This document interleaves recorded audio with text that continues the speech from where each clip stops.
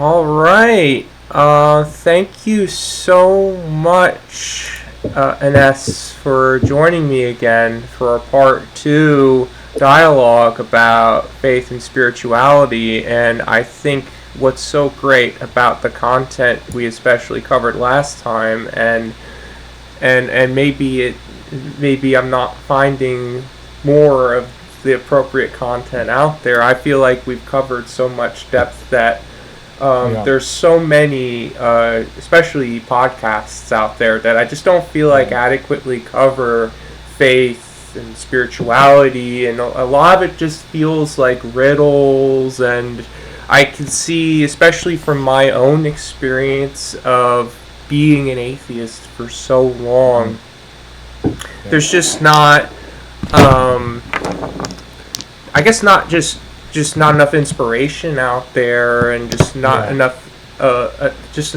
insights connecting the dots about what does it mean to have faith, and what does it mean to belong to a particular faith, and like how do we justify our faith, right? And I feel like there is this I would say, I know you're familiar with the meta crisis and the meaning crisis and all that stuff, but I think a lot of this has a lot to do with that. And an interesting point that my aunt brought up a couple weeks ago is, I was telling her about the content I was putting out, and she's like, "Well, why are you interested in learning about these different religious or these different types of faiths? Like, are you trying to find the truth? Like, what are you looking for?" And I have these interesting back and forths with my aunt, and maybe covering like what. I don't know. I don't think we really got into like what truth really means. I know we talked a bit about God and faith, and we at some point we could, I guess, to clarify things, revisit what God means. But in particular, like, especially your point of view on, like, why do people become part of a religious community, or even if it's not a religious community, right? It's some sense of belonging that people are looking for, and that sense of meaning. Like, what is truth all about? Because for me, the way I look at truth is that largely this sense of closure within a world in which there's so much uncertainty, and there's so much ambiguity in terms of relating to what's happening. I feel like truth has so much to do with that than thinking about knowledge and what's a fact, and like looking at science, right? I think truth is a deeper sense of how we relate to ourselves and the world around us. But I think that's one talking point I really want to address first, is not to go on a tangent for too long, but like how would you start talking about what is the truth, and is that what draws you into learning about the Abrahamic faiths in particular, and that interest, that curiosity? Fantastic questions. There are a lot of things I want to, I guess, touch on there with what you said. First off, what you said about, your interaction with your aunt. If I could ask real quick, does she believe in God? Is she a firm believer, or is she not? She's If you don't mind me asking. Yeah. She practiced Sufism for a while. So, and I believe she's still part of the Islamic faith. She follow. I haven't really prodded her about about that. Grow up in the Islamic faith? I think that she found her way. She related to she related to the principles of the Islamic faith, and for me, one of the problems I see with understanding Islam is there's just, and especially in the Western hemisphere, there's just not much talk and understanding of of it rather than critiquing it, Of course. Yeah.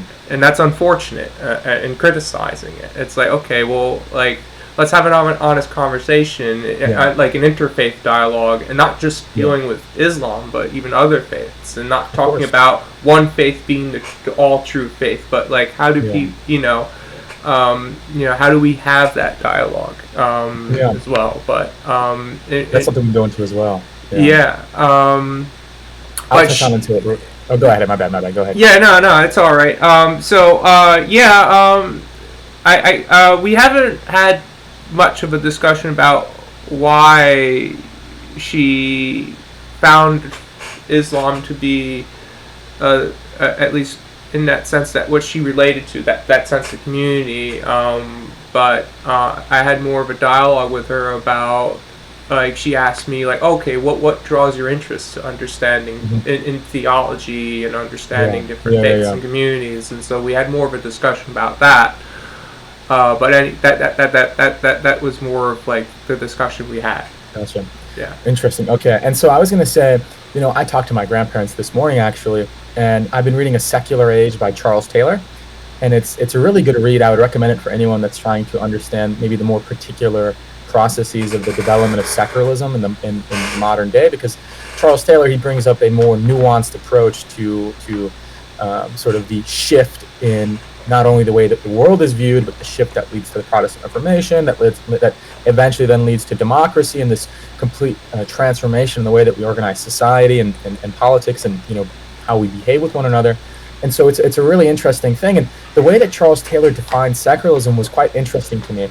Right. For me, like maybe months ago, even a year ago, I was this very maybe blunt when I would talk about secularism. Secularism is just not believing in God. It's a society that doesn't believe in God. But that's not necessarily true. And Charles Taylor's explanation is that secularism is a society in which that not believing in God is a legitimate possibility. And so that's something that's quite interesting, that the mere fact, I don't think that we really recognize this that much. I have a more traditional heritage. My grandparents and my great-grandparents, they kind of lived in a world where God was, belief in God was the only possibility, actually, right? That not believing wasn't even a possibility. And so that shift, I think, is important, and it kind of leads to sort of what you're talking about with your own search for perhaps security in a world that's insecure, certainty in an uncertain world, trying to find the known and the unknown.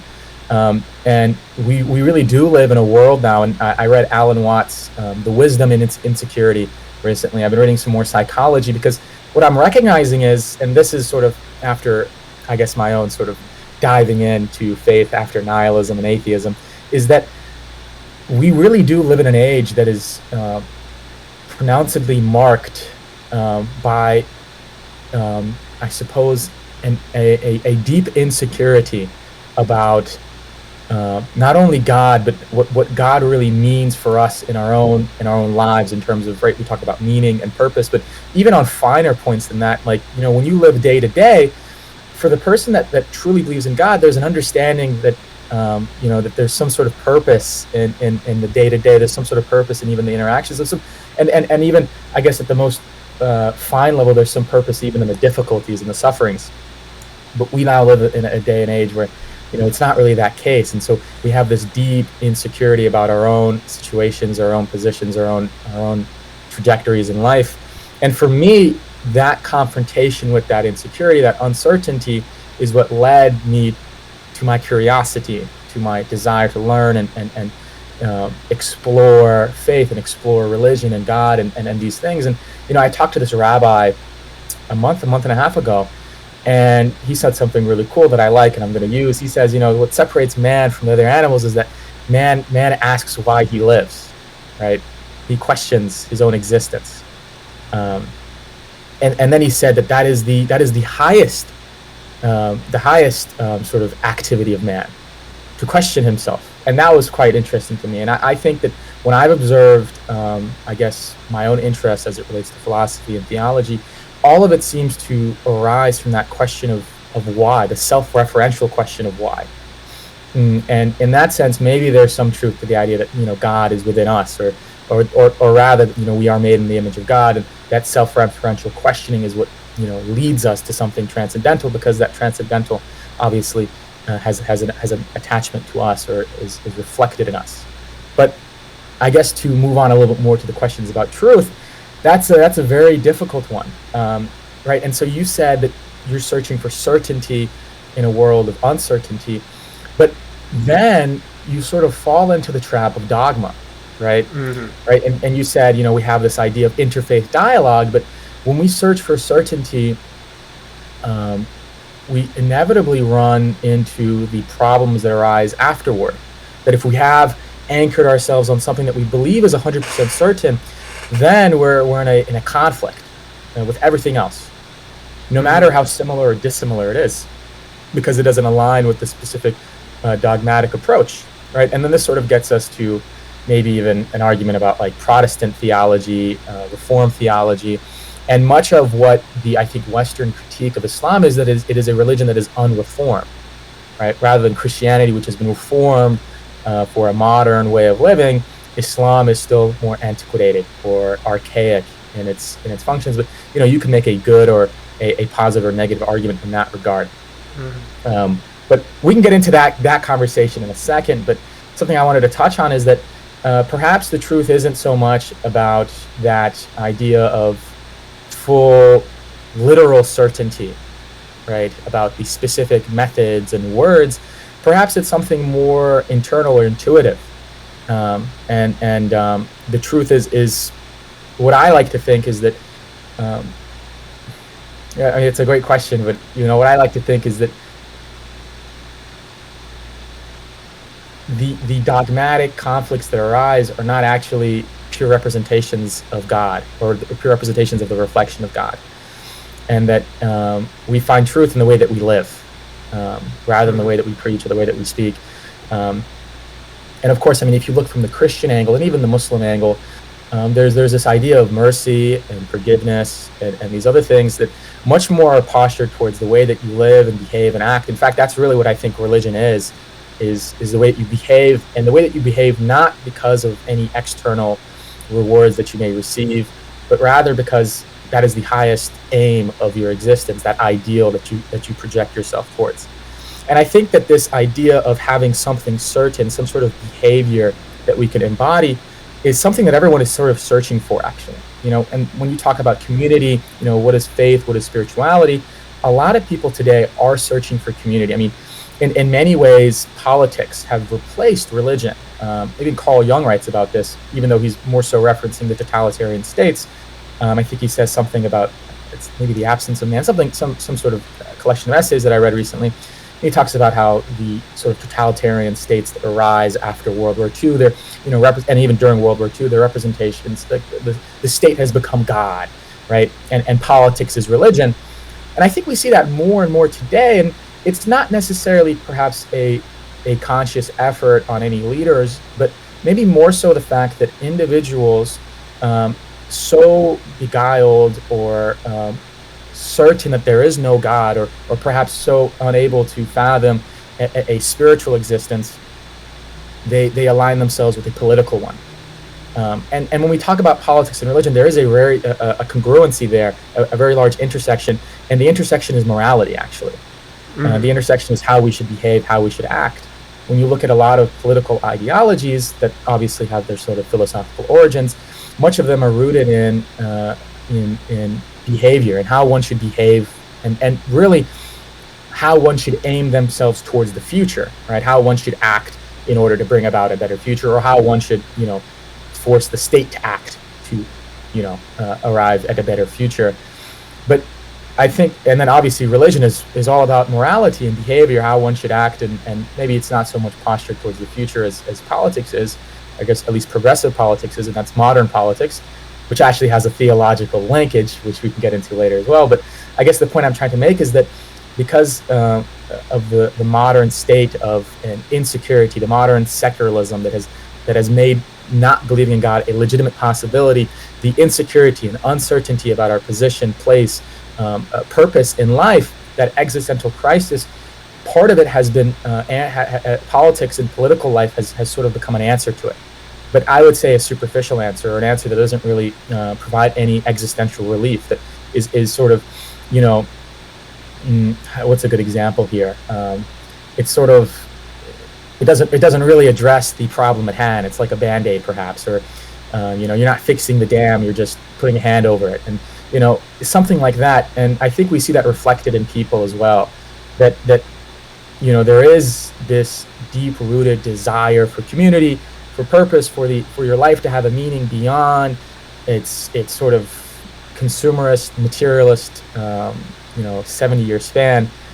And yeah, that right there, I think, is a really cool intersection to talk about, and that's one that I'm really interested in as well, and I want to actually do more research into, is that unique intersection of perhaps the replacement of religion with politics, with political ideologies, and sort of the consequences that has for society at large. And I talked on for a little bit there, but you sort of started off talking about secularism, and the way I view secularism is kind of like a thinking about how do we have a society of people where we don't just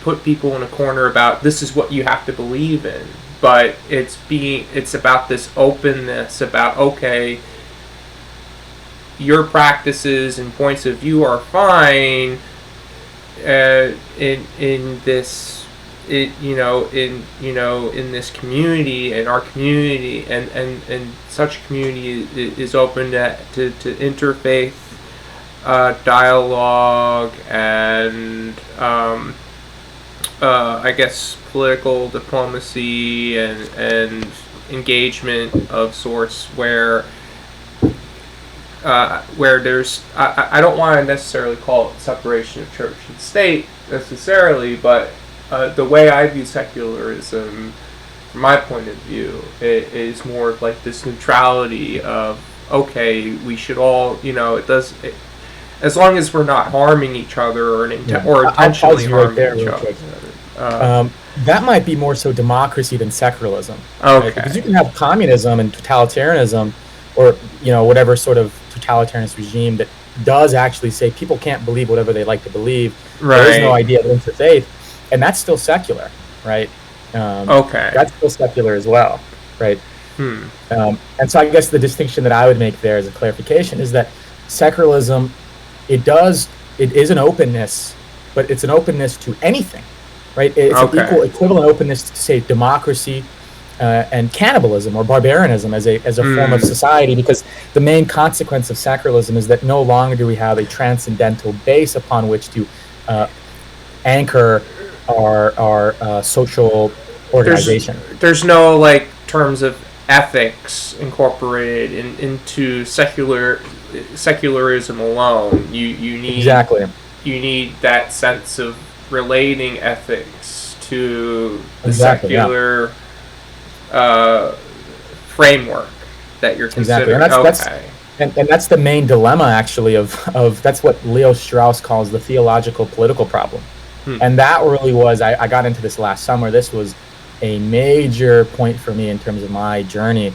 And it's basically the idea that, the ethics problem you're talking about it's if we have separated ourselves from God and we're saying, we can structure, and it's, positivist, that, science, and this is how actually, my apologies, this is how Charles Taylor actually goes about it. He says that, as we are developing a more scientific or empirical understanding of reality around us, the cosmic world, we begin to interpret it in a different way. And we recognize sort of the way that things function, water, earth, all these various things, chemical reactions. And then as a consequence of realizing these innate orders within existence, or within, the universe, we're able to actually bend the environment somewhat to our own will. And so we actually encounter a problem that is twofold. One, we've sort of separated ourselves from the traditional understanding of reality from a theistic perspective. And then secondly, we recognize that we actually have the power within us to alter reality, to alter the environment. And so the reason the problem is twofold is because, one, we're separating ourselves from the ethical base upon which we would orient our actions and behaviors. And now we're realizing we have all this power, right, to do things in a certain way that could change reality, but we have no longer that ethical base, right? And this is sort of the conundrum of the 21st century, right? This is sort of maybe the catastrophe, actually, right? We see what the idea of, you know, the human will unchanged is capable of. I mean, we can look at the Holocaust, we can look at sort of, you know, maybe even the Bolshevik Revolution, we can look at, you know, the deaths of, you know, millions and millions of people all across Europe and Russia and China, and then we can look at the nuclear bombs, we can look at so many things, and so I guess there we have a double-edged thing, right? We can also cite the good things that have come as a result of this, you know, the urbanization. Well, I don't know. Have you ever read the Unabomber's Manifesto? Are you familiar with Ted Kaczynski? I never actually read it, but I'm familiar with what you're talking about. Yeah, and so I would recommend it. It's a good read. It's an it's insightful read at the very least, whether or not you agree or not. Obviously, I'm not advocating any sympathy for anything that Ted Kaczynski did, but I think you can separate. That's the problem I have with Ted Kaczynski. Of course, and that's a problem too. But you know, that doesn't mean that there's nothing that he said that isn't correct or couldn't be, you know, insightful or worthwhile.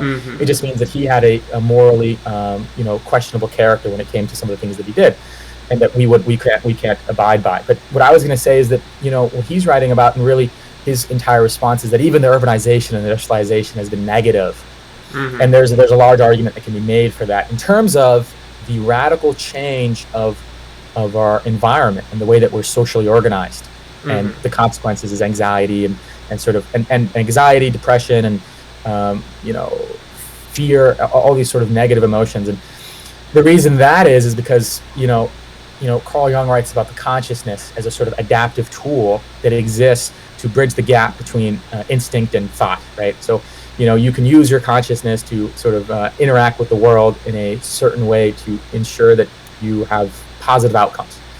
But as the world changes so incredibly rapidly, like it has in the last 200 years, the ability for the mind to adapt is lost, really, because the world has changed too quickly. And then people are left in a state of insecurity with all these things. And right, and it's no wonder that, you know, so many people have so much struggle with life as it is, with existing in this world, because we've really cut ourselves off from all of the fundamental, we've cut ourselves off from all our fundamental roots that sustain us and give us life and vitality. But I was going to go back to the catastrophe of the 21st century. That catastrophe is largely a result, or is largely a result of a necessity that arises in enabling ourselves to the openness of secularism, right? Just as much as we can envision these vast, beautiful utopias that we can head towards, we also have the hell of Auschwitz that awaits us on the other side. And so that's the conundrum, is the ethical question. Yeah, like figuring out what ethical, in what ways can we have some, I don't know if policies is the right term here. I think it's the more professional sounding term when I say ethical policies, but we need a way to establish this moral relativism where we respect and preserve each other's agency as in the most optimal way possible. And in that sense, that's sort of what I call the dynamics of what God is. And I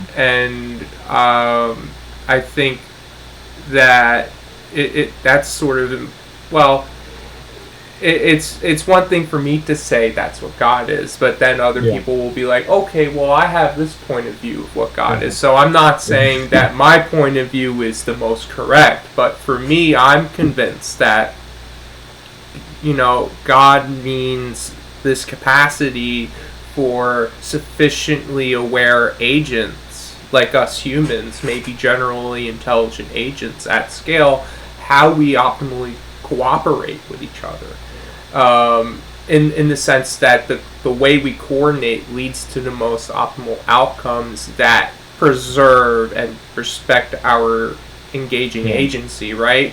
So and I looked back at the video, the part one video of our dialogue, and I felt like I kind of went on and on to try and make sure that I didn't make my conception of God so ambiguous. But I guess this is more of a shortened conception of what God means, relating to the discussion, and how it really brings us back to this moral relativism and establishing ethics, and the sense of personal and interpersonal closure amongst one another in a world of possible uncertain outcomes, like based on how we engage with each other and how we engage with the world around us too, because both there's like this impact, like a dualistic impact of like how we engage with ourselves and each other, and then our surrounding environment too. So and that's where we have to consider complexity, and that's a problem too. I don't know how versed you are in trying to understand what complexity means, and this idea of like how different phenomena emerge from other phenomena, right? And how that relates to faith in God. Maybe you want to, maybe if you want to elaborate on that a little bit. Yeah, I guess in my own interpretation is like when we consider how we interact with each other, and then how that relates to how we interact with the world around us, we have to render in the complexity that emerges when the way that we interact with each other impacts the environment or the world around us, and then how that then impacts how we interact with each other.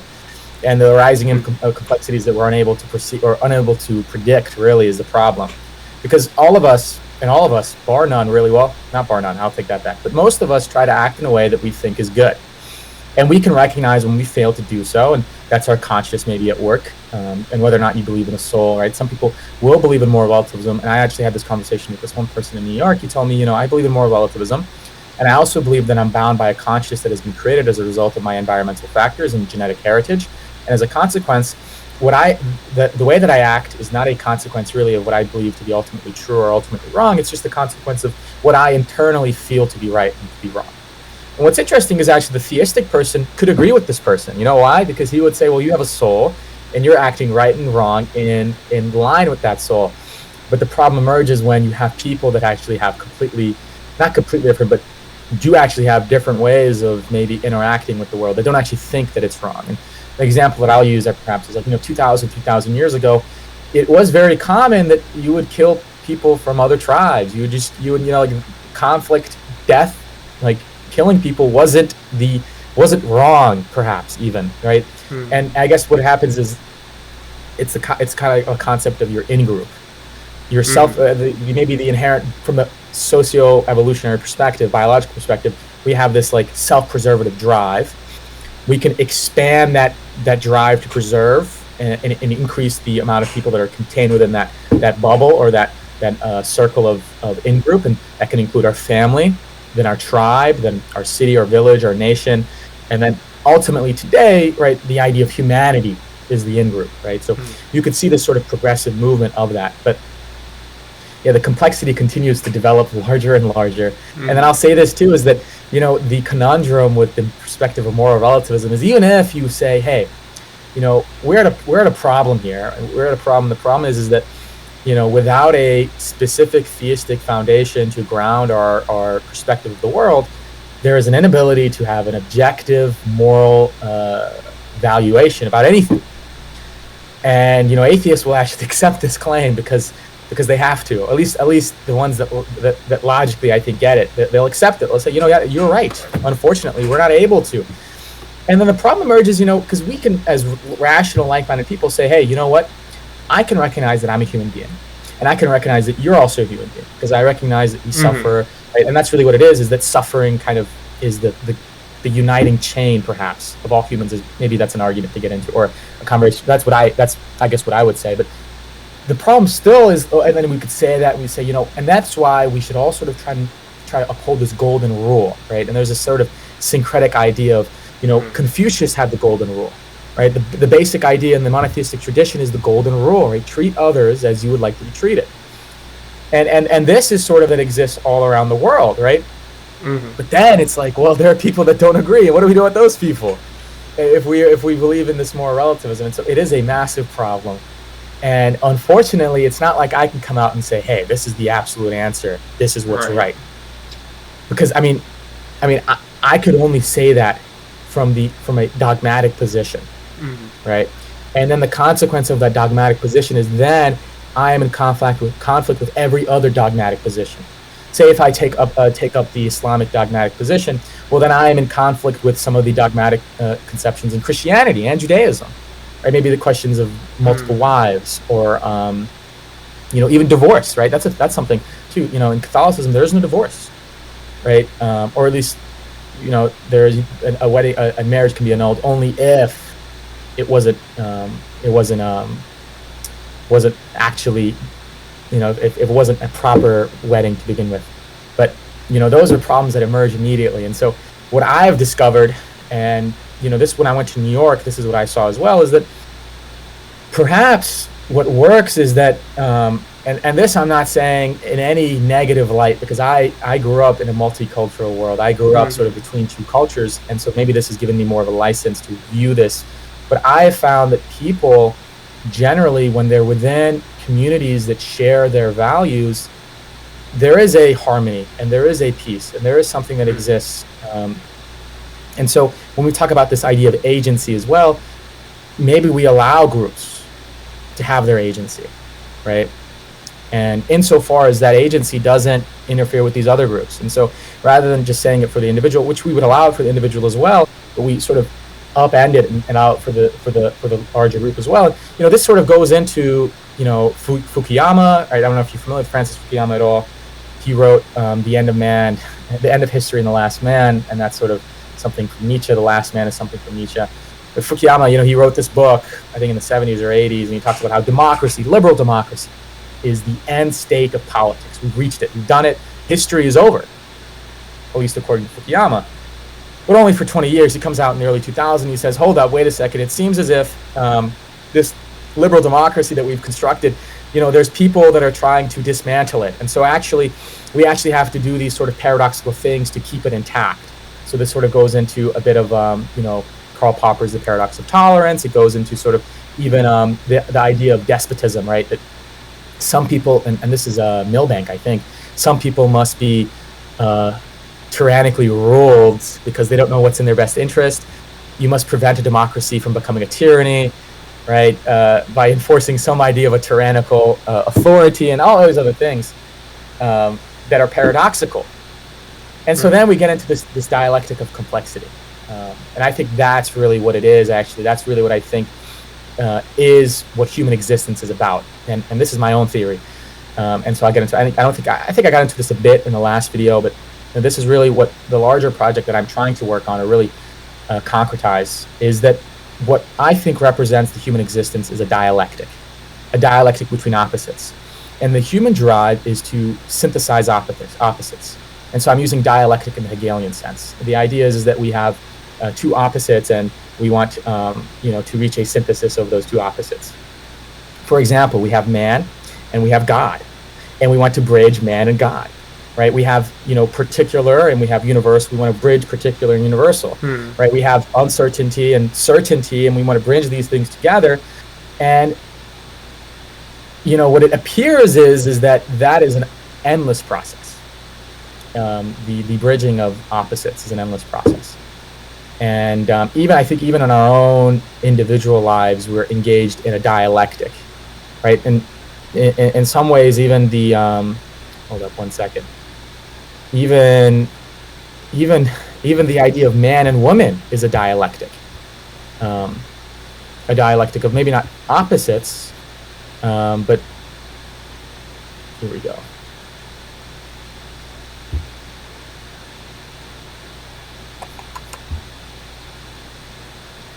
Well, that's not it, but yeah.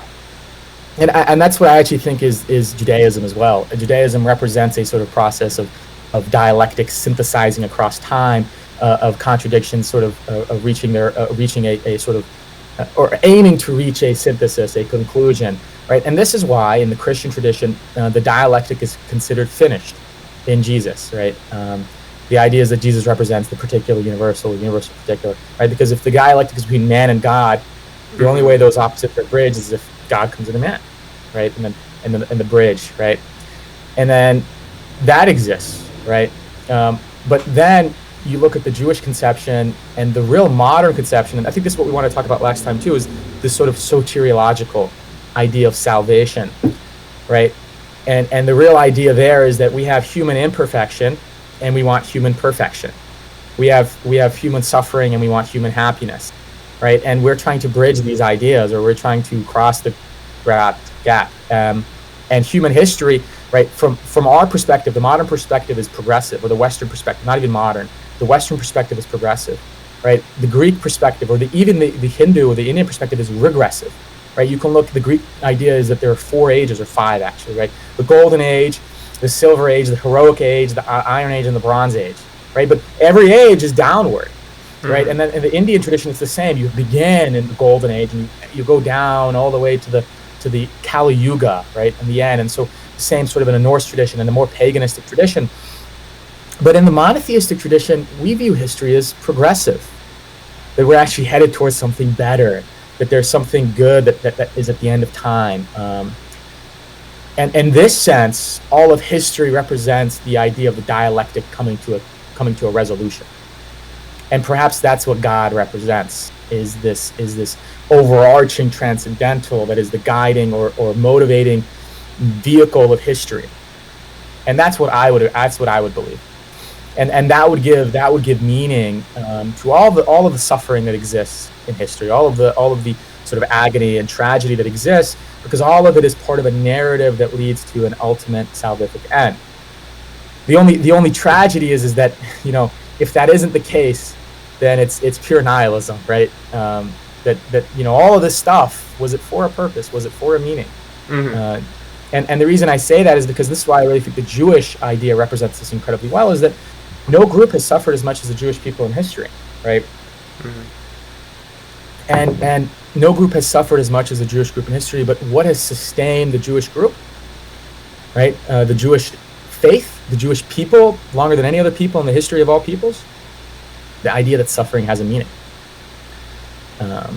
right? Suffering, right? Galut, which is the term for the exile, has 2 meanings: deprivation of statehood and also suffering for the sake of mankind. Moses Maimonides, the Rambam, he said that the more the Jewish collective suffers, the more their hope for redemption grows. And so, right, the idea of redemption, right? That's a central Christian and Islamic, not as much Islamic as Christian, but a central idea there. And even in our individual lives, I would say the same thing is true, is that, you know, in all our lives, we all experience difficulty and pain and suffering and loss. In fact, the human condition is maybe an unending chain of suffering and loss. And the only difference is perhaps some people experience less than others, or some people, and this is why the Greeks, you know why the Greeks would say that, you know, there's the best life is a life not lived, right? So to not have lived at all. And the second best life is to have died young. Because there's an idea that, you know, life as it goes on kind of just gets worse, because you see more loss, you see more tragedy, you see more betrayal perhaps. But we continue to live, we continue to move on, we continue to go forward. Why? Right? Because we believe that, you know, ultimately we would like to believe at least that there's a point to those things, that they're part of a narrative of our own lives that is meaningful, that is eternally meaningful, that has significance beyond the mundane or the coincidental or the environmental. And this is why I'm trying to say that the individual experience represents the collective experience of humanity, and vice versa. In the same way that if you look at history of humanity, right, they say the Jewish history is history of tears, the same can be said of humanity. Human history is a history of tears, a history of blood. And in our infancy, we've sort of maybe gotten better over time, but constantly there's tragedy after tragedy, loss after loss, death and constant agony and suffering, but we continue to persist. And so I would say the theological perspective is that, you know, that there's a dialectic being crossed, the dialectic between the beginning and the end, between suffering and glory, or something of those lines. And then I'll quickly come in here too, because I've had this argument with some other people, especially atheists, and they'll say, well, no, what you're hinting on, or what you're hitting on really is just the evolutionary drive to exist, to survive, to persist, to propagate. There's nothing else. We exist only to continue to exist. And, you know, the idea that there's a meaning is only a fabrication of our own minds, our own consciousness, maybe an instinct we've fabricated and developed. only to make sure that we continue to exist. So that was kind of a long, maybe even tangent. I apologize, but no, it's all right. Yeah. I would tie it all up and say that's what I think God represents. God is that transcendental vehicle within us that allows us to bridge the gap in our own existences and then collectively as all of mankind. And that's why God is outside of time, because it's something that's happening across all of time. Maybe that's not the most nuanced or scientific answer either, but that's maybe the existential answer that I like. Mm-hmm. Yeah, I feel like most of us that go through enough suffering, or we're still alive to live through it. We live through it. We become so traumatized that we become existentialists. Like, we just didn't have a choice. Just to recalibrate our own perception of reality. It's like, why is this happening? And then it's like trying to deal with understanding. It just leads you right in. You just fall in the existential hole. We get right back to the very first question: why is this happening? Right, an animal would experience loss, and it won't question why. It just keeps on living. Right. An animal will, will see the death of its parent, and nothing just keeps on going. Maybe some more socially sophisticated animals will go through some periods of depression. Maybe elephants. Sure. I've seen this and that. But I mean, by and large, most animals, especially the lower the level of complexity, they don't pause and say, oh, why did this happen? But we humans, we do. And maybe that's the fundamental question, right? That's kind of what the rabbi was saying, is that is the highest activity of man. Right. There's a couple interesting remarks I wanted to make, and I did want to. You brought up redemption again, so I do want to touch up a bit on that, but. You made the point about, theism is where we build on top of this moral relativism and this talking about, like, okay, how can we as agents of sufficient awareness or generally intelligent agents, right? If we're thinking about degrees of agency and looking at Michael Levin's cognitive light cone model. I'm not sure how familiar you are with Michael Levin and his work. But he came up with this idea of the cognitive light cone that represents like the degrees of awareness of different organisms and like just how they can, like, the autonomy they have to interact with their environment based on like just their how their like whether they have a central nervous system and how well developed it is, but due to evolutionary constraints and just how they can engage with the world around them. Like, it envelops like their capacity to be aware and engage and that level of agency that they have. But in terms of theism, I think you make a good point that it, like, where the discussion of ethics and the dialectic starts from a theistic model, because that seems to be, in terms of trial and error, figuring out, okay, how do we understand the world around us?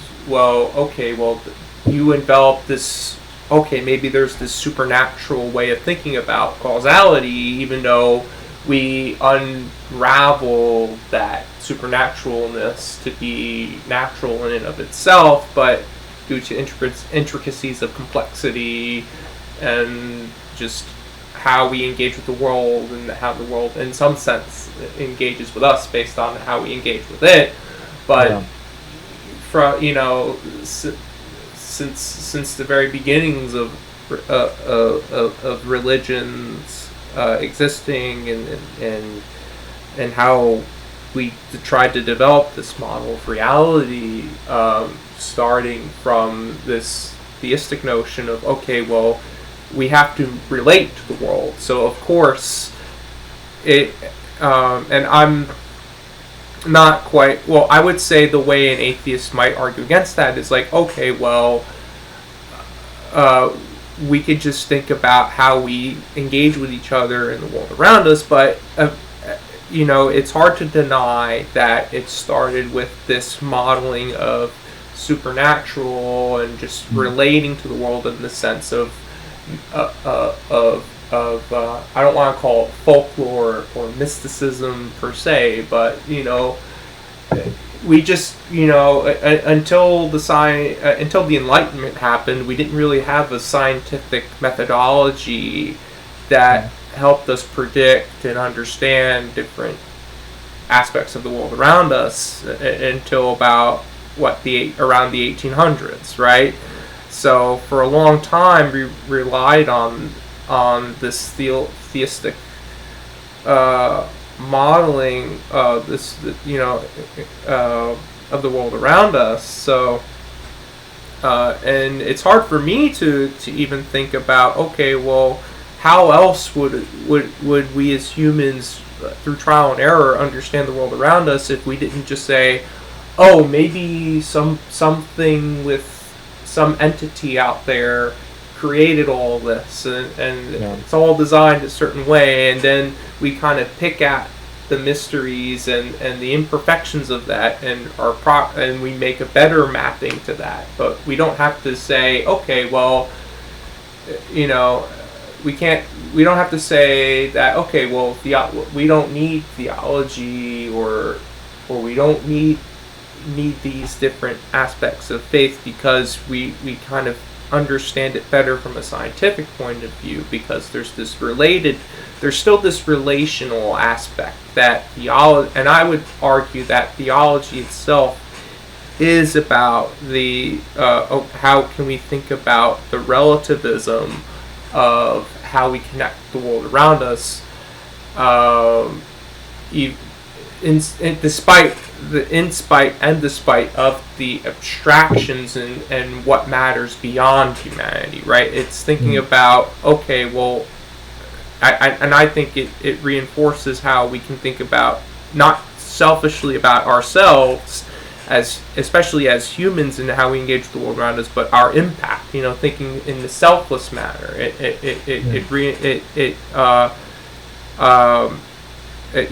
gives us this reinforcement to think about our impact too. So from thinking about, like, why, okay, well, our understanding of moral relativism started with theism, because it was a simple enough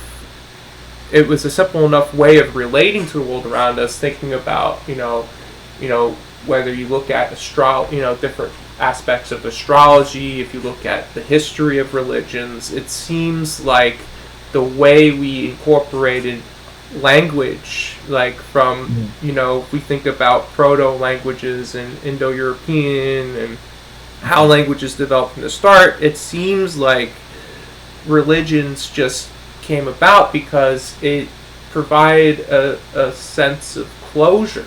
And in the sense that it's not that necessarily a truth of all truths, but it helps us relate to all that uncertainty until we better generalize. So I feel like in the simplified sense, or simplification-based sense, that theism is the appropriate starting point of developing a model of navigating reality, because it, I guess, superimposes the relationalness among ourselves as humans and other humans, and also imposes this accountability aspect, because we have this level of awareness of how we impact one another in our environment, even though we didn't start off with, way back when we had proto-religions and all that, we didn't really understand scientifically our impact on the environment at scale and what have you. It began as this curiosity, exploration, and trying to map our relatability to the world around us, until we can better generalize, okay, how, from a causal perspective, not just from a meaning perspective, what's really happening. So I think that's how I would say theism is this honest starting point, because it's kind of like navigating a dark wilderness with a flashlight. It's like, okay, like, this flashlight represents some supernaturally imposed, like superimposed naturalistic relationalism of how I can make sense of the world at the moment until I have a better means to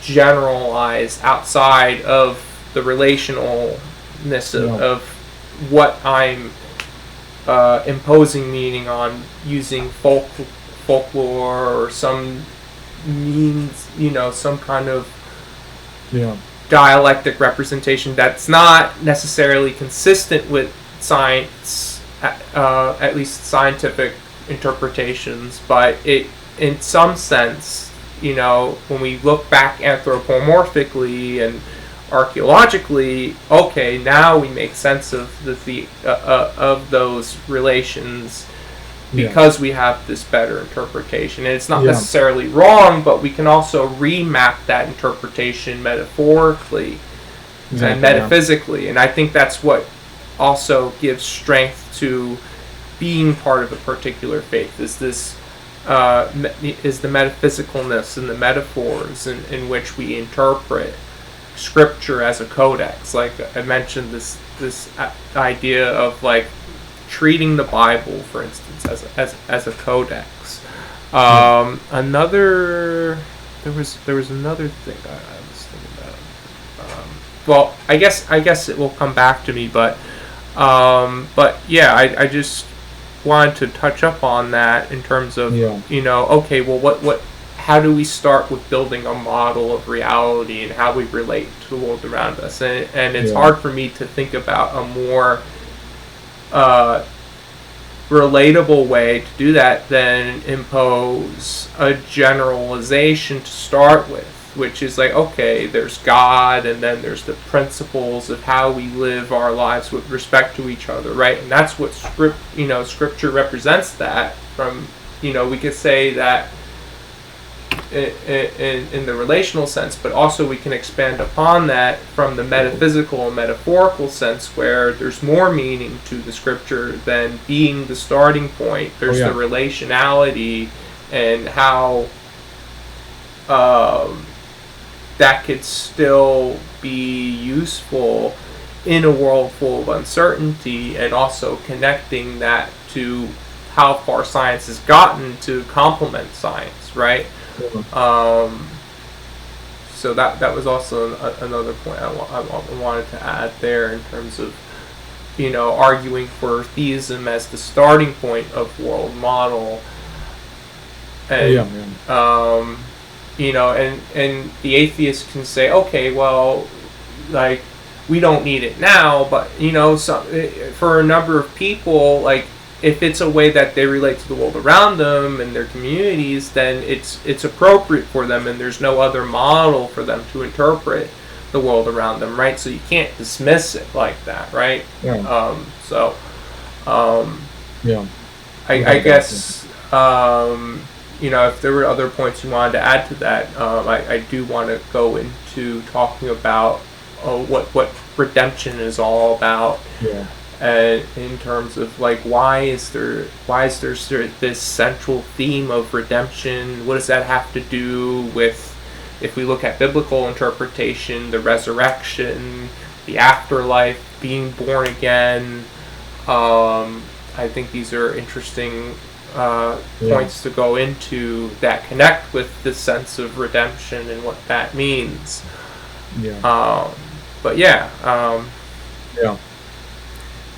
I'll hop in there. I'll make a remark, maybe a couple remarks about the idea of deism or theism as the beginning point of trying to map out and provide a generalization of the world around us that is largely unknown or dark. I like the flashlight analogy, right? We're flashing a light on the darkness of the world around us, and as we continue to progress across time, the flashlight gets bigger and then bigger and bigger. Maybe the enlightenment sun rises, something like that, maybe. But I would say that at the same time, I am a firm believer in the validity of the Abrahamic faiths as well, insofar as like there is, and I'm not, to the extent to which I'm a dogmatist, I'm still figuring it out, honestly, personally. because there are problems with that perspective that I haven't been able to overcome yet.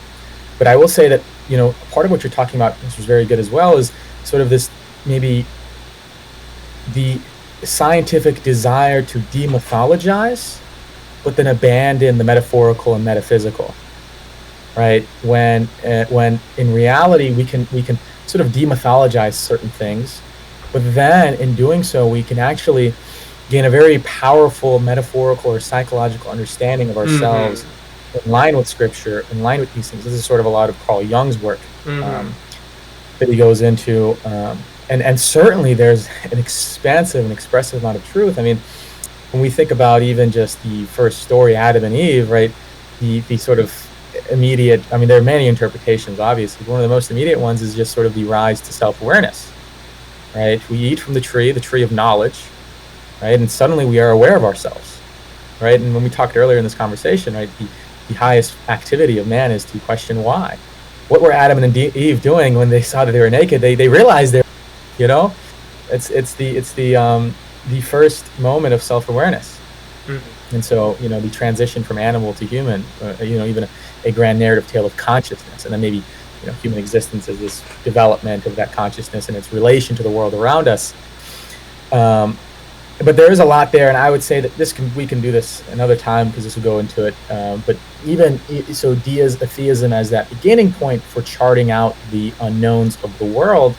Today we're at a point where most of the unknown has been charted. We could probably likely say that. There's still obviously a lot to be done, and there's more things that we learn. I mean, we would think even with Einstein, there's the whole transition from a Newtonian understanding of space and time to a relativistic one, and there's still obviously constant developments being made in the sort of quantum world about the way that the more fundamental elements of our universe, fundamentally exist. And I personally really like Carlo Rovelli's relationality theory of quantum mechanics, right? And it kind of gets into, it's a very good like Trinitarian model as well. And basically the idea is that relations, rather than like static elements, are the fundamental, are the fundamental elements of reality, right? So relations between things, and part of that is like, when we look at the Schrodinger's cat, right? We don't know, whether the cat is alive or dead until the moment of relation, right? Observation, but what is observation? Observation is the creation of a relation between the observer and the observed. But that's something else as well. And I would say that even though we've developed this ability to illuminate the world around us, unfortunately, and really, what's the word? Even chimerically, or sort of in a way that we can't even reconcile, we still have the ethical problem that eludes us in every single way. And the answer hitherto, I think, and what I've consumed is return. There must be a return to religion. There must be a return to a more dogmatic form. And to the extent that I would agree with that personally, yes, that there should be some level of return morally. There still exists a problem of conflict of which way do we return, and but really it's a representation of that existential crisis of morality, rather than like right. So I mean, it's sort of maybe even a Faustian bargain. Like we've given up the soul for full knowledge of the world, perhaps. Which is a contradiction, really, right? You can't have full knowledge of the world. Well, you're right. We don't have full knowledge, but in I guess that's true too. We exist, and so the saving grace is the inability to have full knowledge, right? And this is sort of even part of like the Hegelian thing too. And this is what I like. It's like, even if we take this very skeptical position of the world, there's a paradox that's still implicit in that we have to be skeptical of our own skepticism at times as well, right? And so it's a problem. But anyways, perhaps actually this conversation on redemption may be something that can bridge the gap on this idea of truth, because I think it really does. And the reason I say that is that we just talked about this model of illuminating the world, right? And theism exists as this basic sort of primitive human way of attributing cause to the unknown, and as time has gone on, empirically, through trial and error, through a scientific method, we've been able to attribute proper cause to proper effect. And that we can sort of say as a development of human history across time, right? As an illumination of cause and effect in an empirical scientific way. In the same way, that's more of an environmental understanding. In the same way, we can look at human history as this narrative development, or maybe the illumination of the human soul, perhaps as well. And to me, what that seems like is this: it is embodied by a narrative of redemption, and it's both individual and collective. And to what extent that is just a consequence of the Jewish tradition that then leads to the Christian and the Islamic is up for debate. For the atheist, it would be that this is just a natural, conscious progression of a conscious means of interpreting self in relation to the world, right? For the deist or for the Abrahamic believer, it's, well, this is the necessary, logical development of history. And I suppose what I would say there is that, and even when I talked to the rabbi, one of the rabbis, he describes sort of the beginning of time as the shattering of the divine spark, right? Of the divine gem of humanity. And so basically what he's talking about is the fall from the garden. And there's a fall and a shattering and the spreading of the sparks. And so then human history is the return of those sparks to their rightful position, or the restoration, right? Or the redemption, right? In one way, right? And when I'm talking about this idea, the idea of redemption necessarily requires a beginning fall from grace to be redeemed from, right? The idea of returning requires an idea of exile, right? And that idea is, like I said earlier, it is quite different than the Greek or the Indian or the paganistic idea, right? Where we have a golden age and we're just kind of going down in time, and we're sort of being separated from a golden existence.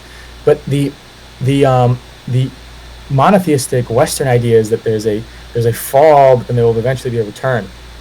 And that idea of redemption, right? And I guess, I can ask you this too, and this is in my own work, and this is what I'm grappling with now. What I have discovered is that the grand narrative of Western history is this idea of redemption. To what degree that is a consequence of our innate, God-given, like the reflection of God within us. That's what I would believe. But at the same time, I think it is almost equivalently a powerful interpretation as of that sort of, in the evolutionary sense, the dialectic, right? The dialectic between shatter and restoration, between exile and return. That human history is the bridging of these two opposites, and the reason I say that is because let's look at the Enlightenment, post-Enlightenment society, and secular society, where we have this openness, but we have an openness, but there's still an end goal, right? There's still most definitely a pronounced end goal. When we look at all of the developments that have happened, right? You can look at what's his name? He's a very famous actor. He played Hitler actually in a film.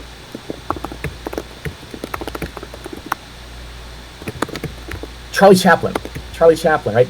I want to read this out, actually. I really do. There's a speech by Charlie Chaplin about freedom and equality and redemption. Maybe he doesn't use redemption, but here. The final speech from the great dictator. And so in this film, Charlie Chaplin, he is both a Jewish pauper, I think, and then also he because he looks just like Hitler. At the end of the film, he takes the position of Hitler at this speech. But he says, in the 17th chapter of Luke, it is written, the kingdom of God is within man, not one man nor a group of men, but in all men. In you the people have the power to create machines, the power to create happiness. You, the people, have the power to make this life free and beautiful, to make this life a wonderful adventure. Then, in the name of democracy, let us use that power. Let us all unite. Let us fight for a new world, a decent world that will give man a chance to work, that will give youth a future in old age and security. By the promise of these things, brutes have risen to power, but they lie. They do not fulfill that promise. They will never. Dictators free themselves, but they enslave the people. Now let us fight to fulfill that promise. Let us fight to free the world, to do away with national barriers, to do away with greed, with hate and intolerance. Let us fight for a world of reason, a world where science and progress will lead to all men's happiness. Soldiers, in the name of democracy, let us all unite. And so the idea is that we are all united, or that there is this human desire to unite towards this progressive, unitarian, universal, redemptive end.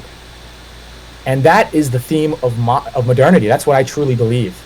That the grand theme of reason and science, in the political and the ethical sense, has been, right, we talked about the ethical problem, but this is what I didn't say. Our ethics are still derived from the theism. We still believe in the idea that killing is wrong, that theft and lying and all these things are wrong. But even more fundamentally, there is the maybe even more unspoken idea of a future that we're headed towards. And what does that future represent? Right, the kingdom of God, right? The kingdom of God, freedom, right? Equality, peace, happiness, fulfillment, redemption. And to that extent, I think that all of human history is this story of the development towards that redemption, not only in the theistic sense, but in the material, maybe secular sense as well. And then I'll tie this back. In our individual lives, it seems to be the exact same thing.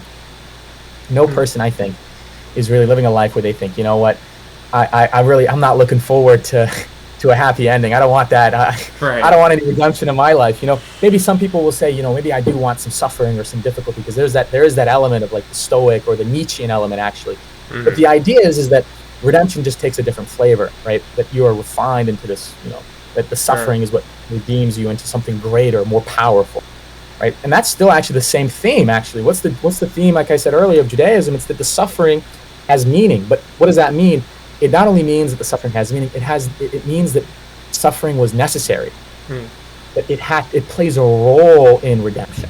Mm-hmm. And so this is this fundamental theme that exists not only in our individual lives, it exists as a fundamental theme or vehicle of development of perhaps Western history, Western religion, modern history, and to what extent that is just the natural fundamental innate essence of the human condition. I would have to do some more research and maybe write a book on it. But I am certain that is a central theme, or if not the central theme. But the only distinction I would like to make is between the Western and Eastern conception. And we can get into that later.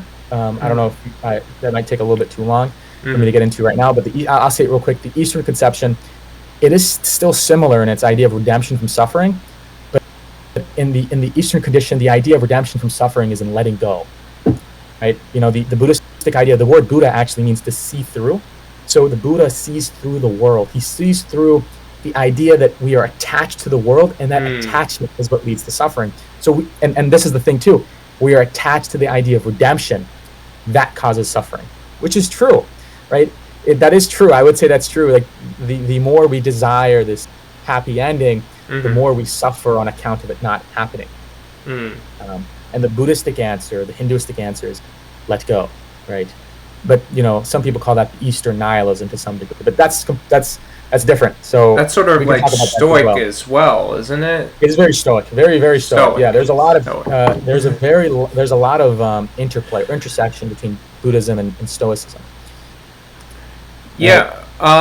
So I guess then the way I'm interpreting redemption has to do with how do we make up for our accountability with respect to the mistakes and imperfections that are the result of how we engage with ourselves and each other and in our environment, and like things that we have a hard time noticing our immediate impact when it comes to ourselves, each other, and our environment. And it seems like to me the way I interpret this, what redemption means is making up for that or resolving where we've gone wrong, not necessarily becoming perfect, but like making up for the mistakes, like in terms of what's holding us back and how we ought to strengthen ourselves or guide ourselves. Like that's the way I see redemption unfolding is that, like, we're never perfect. We ought to hold ourselves accountable for where we go wrong, not just individually, but collectively, you know, as society, as humanity. And I think that this connects with what you're saying about redemption, if I'm correct, right? That the whole story of redeeming ourselves is that we're maybe we are inevitably going to make mistakes along the way, but it's making up for those mistakes, right? And trying to align agency amongst each other, like, you know, like keeping in mind that as we try to make up for these mistakes, like individually and collectively, that we try to be mindful of the impact and like how we are making up for these mistakes, that we are imperfect, right? So, but it came back to me what I wanted to mention earlier. You mentioned opposites when you mentioned, especially from the Hegelian point of view, and I guess what I will say as somebody who's spent a lot of time trying to understand mathematics as much as I can from the foundations, is that there's this idea of orthogonality, and that doesn't necessarily assume opposites, but you can have things operate on a spectrum that don't necessarily oppose each other, but they're on an axis, right? You have things that are axial amongst each other, right? So I mean, sometimes, like, there's a point where they meet. Yeah, there's a point where they meet, but I guess, like, in terms of thinking about opposites, is like thinking about, like, opposing ends of one axis, right? Oh, I see. Yeah. Yeah, that's the way I'm thinking about how things are opposites, and we try to unify opposites. I think what my interpretation of it is, like, okay, well, we have, like, an axis, or we can construct axes where we have different parameters of aligning things that, you know, at each end of like the things that construct our axes, the parameters that construct our axes. Like, if I have the x, you know, like negative infinity is opposed to positive infinity, right? And then like I have the y-axis, right? So that's the way I'm thinking about the difference of opposites, as opposed to thinking about things in terms of orthogonality, where I can align things more appropriately on, and then there are different spectrum. Dimensions of orthogonality. Yeah, exactly. You have different dimensions too. So I think interesting. Yeah. Yeah, so I think that's just like a it's just an increase of complexity. Yeah, and you and what's also interesting and concerning to wrestle with is that this idea of, like, having axes is, like, if you have things interact with each other, then you have extra dimensions that emerge from those interactions, right? So you have more axes in which things can unravel and position themselves. But I think just wanted to make those remarks about what I look at as, like, you know, opposites. I also think about, okay, well, we have this. You know, we have one dimension where opposites can represent the different ends that we can go, and then orthogonality, where, like, okay, we have multiple dimensions that engage with each other, and then the axis is where they're going to meet, right? Like, all these dimensions can meet, and also, like, redemption, and hopefully I understood redemption appropriately from my end. But how would redemption then connect to the resurrection and being born again, and what does that connect to afterlife? Like, what does that mean, right? So I guess you can elaborate on that. Yeah. So I'll go in my own, I guess, understanding as well, and I guess I'm Catholic understanding, and I would say that and I like less the more Protestant interpretations for a number of reasons, because there is less of an idea of responsibility. And I guess, the idea of the resurrection is that the redemption has occurred. And that's really the fundamental idea, is that,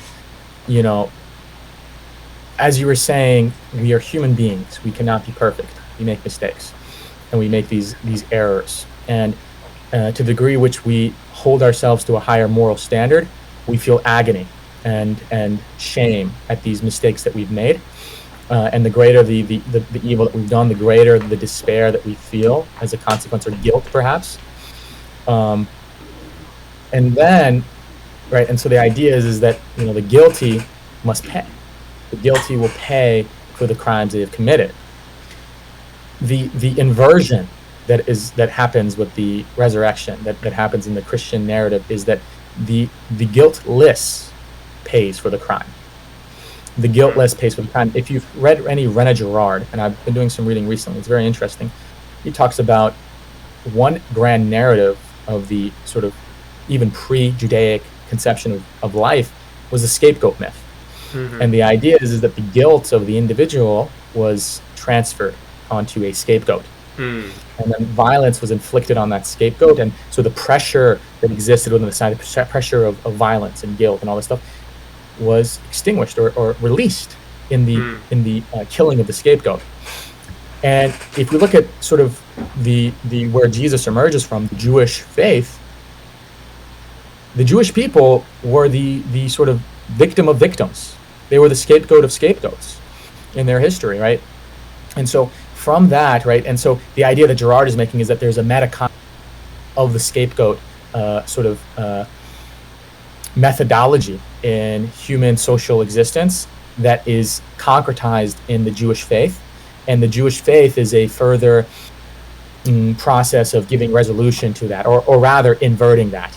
So what's the inversion? The inversion is that in the traditional dynamic, there is a guilty person, a guilty party that is scapegoated. The inversion is that the guiltless is scapegoated in the Christian narrative. The guiltless, right? The perfect, the person that lived the perfect life, right? And people will often say, he who lived the life that we should have lived, right, pays for the, he is the scapegoat. And the idea is that there's a massive inversion of sort of the idea of the scapegoat and everything else, and even the idea of power, right? And that's the big one too, the idea of the will to power, right? So in the Bible it says the first will be last, right? And the last will be first. Those of you who exalt yourselves will be humbled. Those of you who humble yourselves will be exalted, right? The impoverished will be rich, and the rich will be impoverished, right? And so the basic idea is that there's an inversion of the traditional way in which I'm going off on a bit of a tangent here, but I guess I'll tie it back to what is the redemption, what is the resurrection represent? The resurrection, right? And so then you have the guiltless individual dying. And in the Christian eschatology, the idea is that the fall is restored, right? So, and the fall represents, right, in a more metaphorical way, the fall represents a separation between man and God. And then, or not metaphorical, in a more theological sense, right? That's separation between man and God as a consequence of man's actions. And then the guiltless Son of God, or whatever it may be, pays for the sins of mankind. Not pays for the sins. In some ways, yes, right? Pays ransom, right? It says in the Bible, or the wages of sin, right? And in that inversion, in the guiltless dying the death that the guilty should have died, there is a method through which redemption is achieved, right?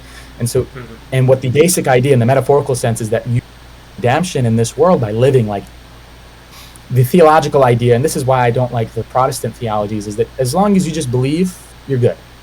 It doesn't really matter how. If you just have this faith, right? And so they say by faith alone you will be saved, right? As long as you have faith, you have been redeemed. But for me, that doesn't seem very convincing, because although there's a part of that I like, right? the idea, the part of it that I like is that true faith necessarily elicits a change in behavior, right? Because that's what being reborn means. Is that this really is the Christian idea, is that you are reborn in Christ. What does that mean to be reborn in Christ? Yourself, the manner in which you interact with the world, that self has been transferred, and yourself is supposed to be Christ. You are supposed to be in a reflection of the image of Christ. And you're able to live that guiltless way, in a way, not guiltless, but in that redemptive way, by putting your faith in Jesus, right? But the only way this works is with the resurrection. And why? Why does it only work with the resurrection? Because the resurrection is the idea of rebirth. If Jesus can be reborn, so can you, right? And so you can be reborn in Jesus. And so the idea too is that there is a new creation. And this is sort of the Old Testament, New Testament. For anyone that's not familiar with this is the way that it is. And so some people will say, oh, well, Christians believe in this, but look, this is what it says in the Old Testament, and this is what it's, and so it's like, what's going on here? The idea is that the New Testament is a fulfillment, or not even, it is a fulfillment, but it is a new covenant, it really is new. And so I'll get into that real quick. In the Old Testament, God makes the heavens and earth. He makes all of existence in 7 days. He rests on the seventh day. On the first day, he says, let there be light. In the Christian tradition, Jesus dies, I think, on the fifth or sixth day or something. Or fifth day, I think it is, on a Friday, right? Good Friday. On Saturday, right, which is Sabbath, which is the seventh day of the week. People think that Sunday is the seventh day. No, Sunday is the first day of the week. Saturday is the seventh day of the week. On the seventh day of the week, and this is why Christians, there is no Sabbath, right? On the seventh day of the week, Jesus rests in the darkness in the tomb. And then on the first day of the week, he rises. You can imagine this even. He rises out of the darkness and he says, let there be light.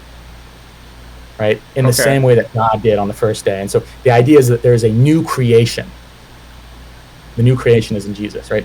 And so, Jesus also says, none can reach the Father except through me. I know that there's, if you get into there's a lot of these arguments with like Islamic people. And so I try not to get into the dogmatic arguments because it is very difficult and it becomes sort of problematic as well. But some people will say, John isn't an accurate source to understand the New Testament because John was written, 60, 70 years after the life of Jesus, and that John includes a lot of these deific statements that Jesus supposedly never made or whatnot, but in that it says that there is no way to the Father except through me.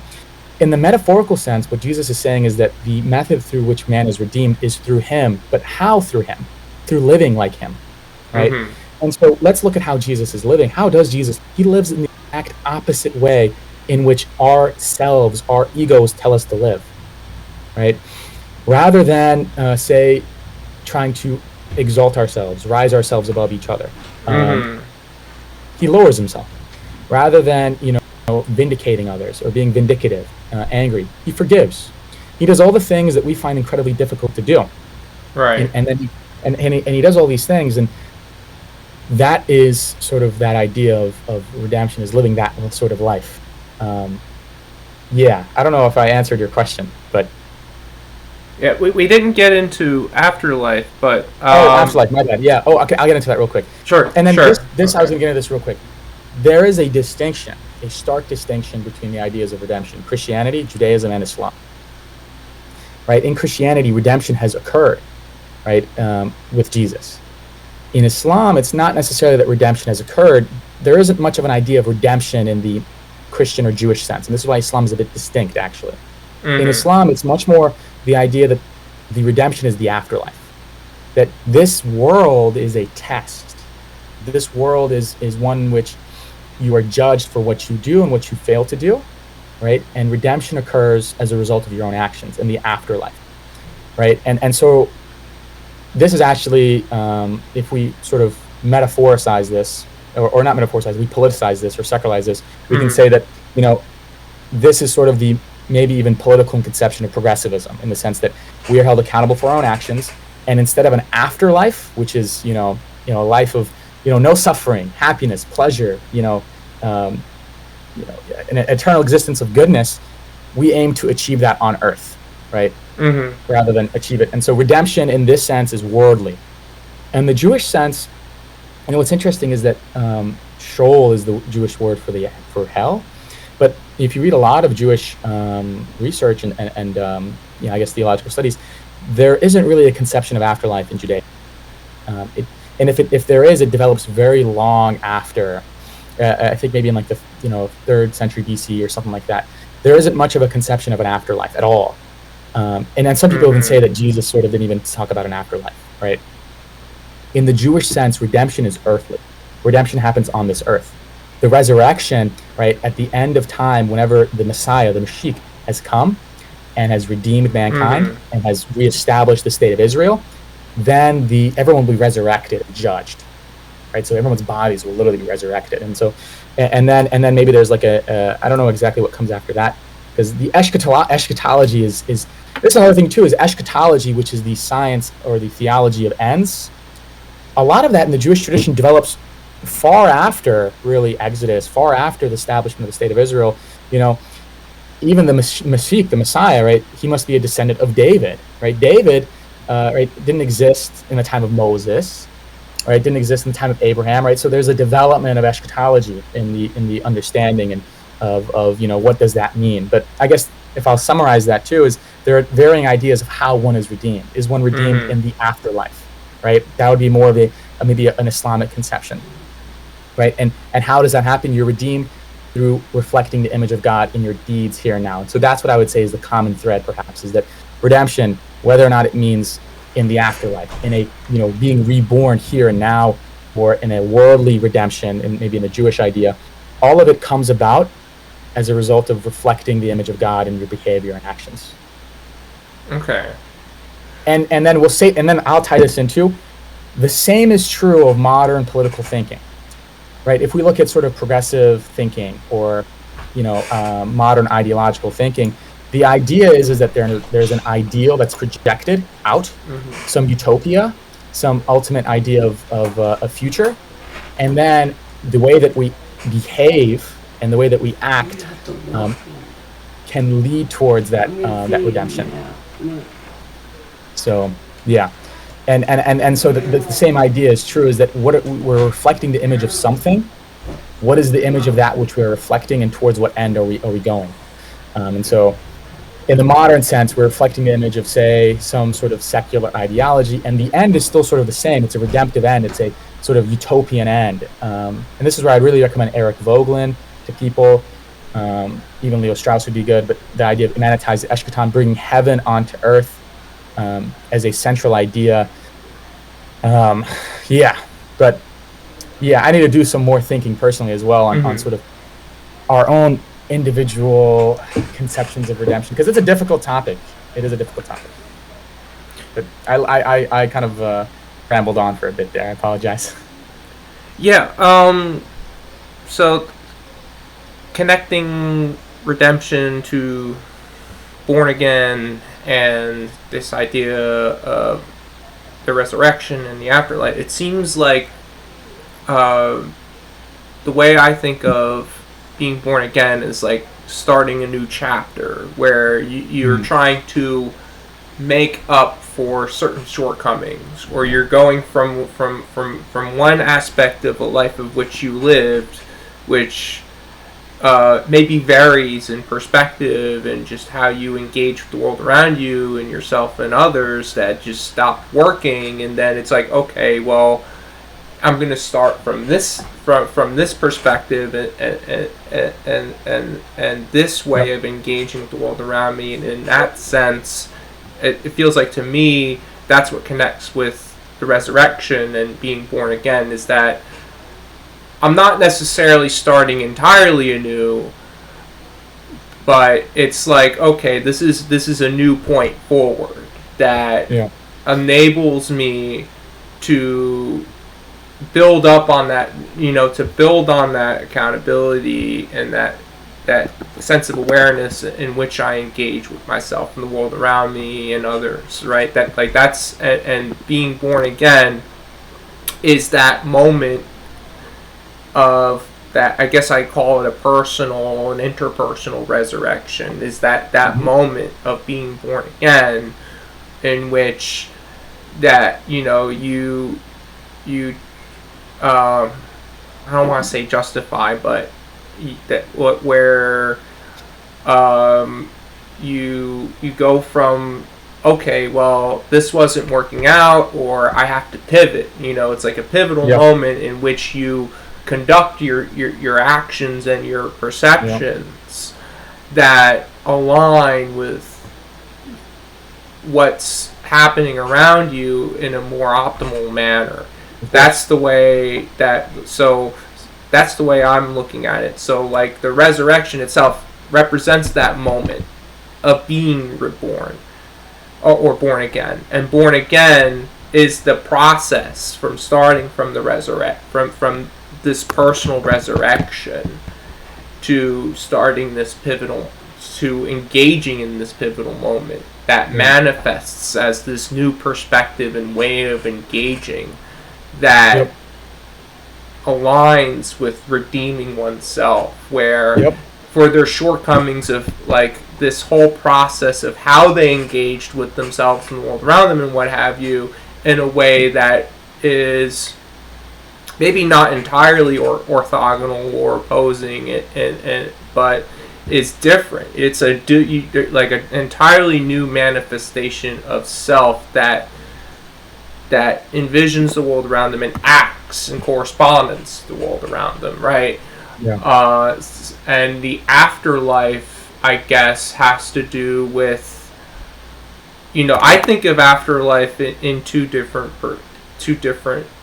ways. In the one sense, like dealing with, okay, the moment, the process of being born again is like living again. So like this is a moment of afterlife, and then the sense of like, okay, the imprint you leave in the world after you no longer exist as a human being. The impact you leave is like this sense of afterlife as well. So I feel like there's multiple moments in which one finds themselves resurrected and born again based off that moment in which they start anew. And then afterlife represents, okay, your ego died, and that you had to deconstruct and reconstruct your ego to align with a way you can best conduct yourself and how you manifest perception and actions in accordance to how you respect other people's agency in the world around you and all that stuff. So and maybe that maybe that point of view might differ a bit from yours, but that's a way for me to make sense of it that especially aligns with departing atheism, right? It metaphysically and morally relates what this idea of redeeming has to do with the resurrection, being born again, and afterlife. It's not necessarily the supernatural connotation of it, but it's how we connect this to how we live out our reality and how we relate to the world around us and redeem ourselves in the sense that we're making up for our mistakes and our shortcomings, and at least in the most honest sense that we can, if we so choose to. I guess the problem with being human is not everybody is going to be accountable for how they engage with others, right? Some, and that, I suppose that's unfortunate, but the best we can do is try to hold ourselves accountable for our shortcomings in a reasonable manner, not to be overly critical of ourselves, but like critical enough that, and then that's what I see sparks this process of redemption, going through this cycle of resurrection, being born again, and this idea of an afterlife that is not necessarily what happens when we die, but the ego dying and then reconstructing. So I hopefully that makes sense. But that's the way I'm looking at it. I'll add a couple of remarks real quick. And I think I see it's sort of like it sort of relates to your model of like generating greater generalizations of the world around you to navigate it in a more accurate and meaningful way. And the way that's done is like by constantly being reborn in the things that you've learned, and then in reflecting on the things that you did or didn't do or failed to do, and then continuing to navigate that world in a meaningful manner. But what I wanted to bring up is that what you're talking about as well is like, right, you're walking a path and then you realize, hey, this might not be right, turning to another path. The idea of repentance in Christianity, Judaism, and Islam. In Judaism, the word for repentance in the Hebrew is teshuvah. In Islam, it is tobah. They both mean to return or to turn away from. In fact, I'll pull this up real quick. Teshuvah is translated from the Hebrew as repentance, but it literally means return, as if turning back to something you strayed or looked away from. Tobah also means literally to return, right? To turn away or retreat from past sinful and evil activities, right? And then, right? So, and then, what does that really mean? What does it mean? And as I was saying too, is like the idea of redemption, the idea of like of when you feel that you've been born in Jesus, you are turning yourself to God and trying to reflect the image of God.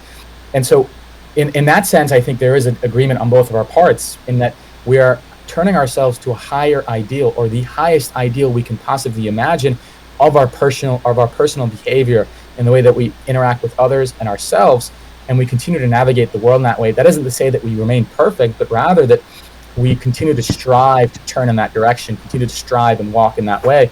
And then to tie that all in, I guess, with the Christian conception, right? In Acts 2:38, Peter says, repent and be baptized, every one of you, in the name of Jesus Christ for the remission of sins, and ye shall receive the gift of the Holy Ghost. And so the idea is that he's saying, repent. Right after you repent, what happens? You're baptized. What does that mean? You're reborn in water. And so this idea of water as a rebirth is central to sort of Jewish and Christian imagery, right? In the flood, the entire earth is covered in water and literally reborn. But yeah, I would say that the thing, yeah, the guiding or the similar or the thread that we agree on, or the point that we agree on, is that we are turning from one way of living to another. And the ultimate aim of all people, and this is our aim today as well, and like when we're in a secular battlefield of ideas, is that we're trying to find the right one. We're trying to find the path to walk, the right path to walk. And it does appear to me that we all kind of know what that is, you know, and you're saying it in this idea of we recognize the agency of other people, and we live in this way accordingly. And what are we doing? We're recognizing our humanity, and we're recognizing that humanity in other people. Or in other words, we're recognizing the image of God within us, and realizing that every other human being possesses that same image of God. And so we interact and move forward in the world accordingly. And that, I think that, you know, that really is the highest ideal, right? And then there's plenty of other things, right, that are difficult in that sense. It's like the ego, forgiveness, kindness, right, generosity, charity. There are these things where we would be fully embodying that ideal, and we recognize that that is a higher way of living. Like, we recognize that forgiveness is something very powerful. Yet we are still entrapped, maybe, in the grips of our egos, right? And so the ego sort of represents that self-preservative drive, and right. Then we look at, once again, the story of Jesus, right? The story of dying on the cross, right? And the sort of ultimate act of doing what? Of relinquishing the ego and embracing the sacrifice of the self for the other, for the other that has actually forsaken you, right? For the other that often we are selfless, you know, with family or friends, you know. Not often are we selfless for, you know, the guilty. Right. But I think that idea of ego is another topic that you know, you could talk on it for a very long time. And I think René Girard also did. So. Yeah, I want to make. Sorry. What was it? No, that was about it. Yeah. What else were you gonna add to that? No, that's about it. That's all I got. Oh, okay. You mentioned dialectic quite a bit, and it does seem that the way I look at what dialectic fundamentally has to do with how we coordinate with each other, how we communicate in a way that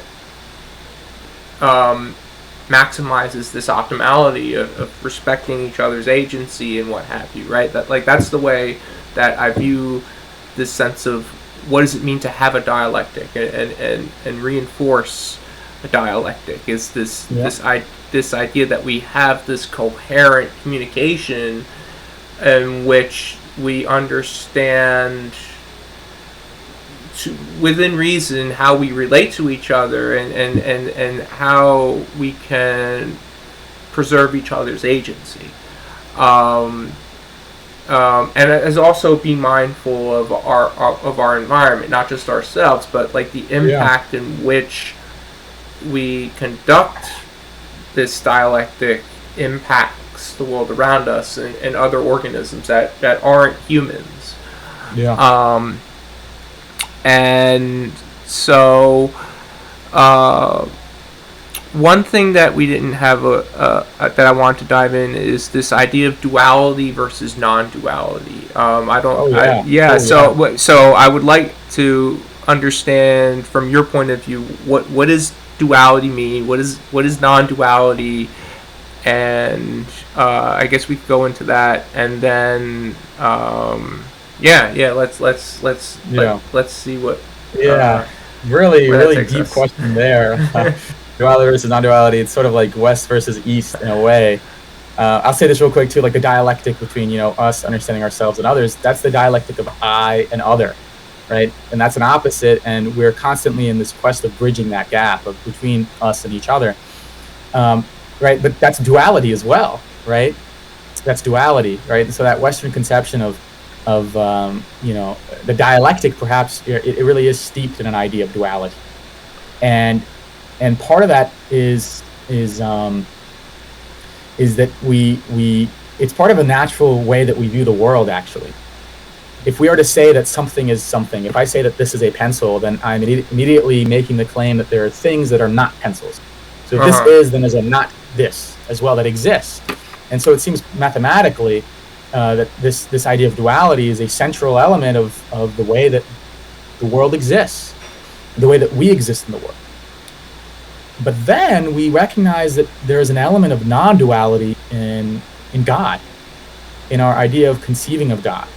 And someone might say, especially in the Western tradition, will say, oh, that's not true. God is also dual. When you say there's a God, you're immediately there saying that there's such a thing as not a God. But, there's something that I like that, I think it's St. Aquinas or Augustine that says, and he says that as soon as you think you have grasped God, you have failed to grasp him. Or he says, as soon as you think you have understood God, you actually fail to understand him, right? And this is sort of the same idea in the Buddhistic tradition, actually. This is where the main idea of non-duality comes from, I think, at least in my own interpretation, is that there is the idea of letting go of suffering, right? Because the idea of suffering is that there's an attachment to the world as it is, and as soon as we have an attachment to the world, the idea is that we have something we would like the world to be like, that it ought to be like, and then we have the way that the world is, and that duality is causing us suffering and pain, right? But then when we let go of that, to let go fully of the duality is then to let go of the suffering, right? And so the idea is that if you have reached oneness, right, you cannot even explain oneness, because to try and explain oneness, you would have to explain what oneness is not, and so it immediately falls into the problem of duality. And so the non-duality is very, very problematic, and perhaps I have some friends that are pantheistic or panentheistic, and they say things such as, the highest aim of consciousness is non-duality. And perhaps consciousness itself in its developmental stage, but actually, maybe this is it too, the highest stage of consciousness and the lowest stage of consciousness are equivalent, non-duality. It is only in the stages of progression between those two that there is an idea of duality, an idea of being aware of self in relation to the world, right? In the panentheistic and even process theology, which is Alfred North Whitehead, the idea is that the highest expression or the highest achievement of the conscious understanding of the world, there's a saying, it's like everything, everywhere, all at once. There's even a film by that name. And the idea is that you're one with the universe in a pantheistic or panentheistic way. And even though I'm not a practicer of any of those faiths, I think there is a lot of actual knowledge and even methodology to be gained for even an Abrahamic or in any sort of realm of spirituality that you're in. The basic idea is that when you're operating at the highest fundamental, or the highest, maybe faculty, or the highest ideal of human behavior, maybe you are in such a state of non-duality, where the distinction between the subject and the object vanishes, no longer exists. And in that moment, you are like in that oneness, in that non-duality. But then when you fall back into the duality, the ego emerges once more, right? And the ego emerges, and then, from there comes the suffering and all these other things, right? And this is the thing too. I love to write, and writing is a sort of activity when I'm in like a really good state of mind. I reach this sort of flow state. In the flow state, I feel non-dual. I feel as if there is no distinction between me, the subject, and the object, my writing. And in that moment, it does feel like everything everywhere all at once. It's actually a very profound experience. But perhaps that is the highest state of consciousness. I don't know. But a lot of theories there. So what are your thoughts on duality? Yeah. So for me, it seems like duality seems like this distinction between, as you mentioned, like in the most abstract, or not most abstract sense of the word, but depending on how one relates to the definition, that there's this separation of subject and object, like this idea to experience something as opposed to classify something, right? To experience what something is or how something should be, as opposed to, okay, this is the categorization of this thing, or this, not necessarily for the sake of the experience of that thing, but in a way that we can kind of have a way to distinguish it from other things, that almost relates to this core idea in mathematics of a dual space, where you have like an input, and you have a parameterization, right? You're parameterizing a function, right? And you can have your input and your representative, what you're throwing into the system, as opposed to what's coming out of the system, right? So you kind of have what is represent this dual space, right? Like you have something that causes, or you can think of it this way: from a physicist's or physical point of view, of something that may cause something else to happen, and then the result of the outcome of the causality is chaining together, like this idea of also understanding when we utilize mathematics to structure, to impose structure on how we map relations, is this idea of a representation of what that mapping is, as opposed to the resulting behavior we get. So, and in a way, I guess ambiguously, we can think of that as well as a dual space. But a lot of what I've read on dual spaces has to do with when we parameterize the function, and we throw something in, and then we get something out of that.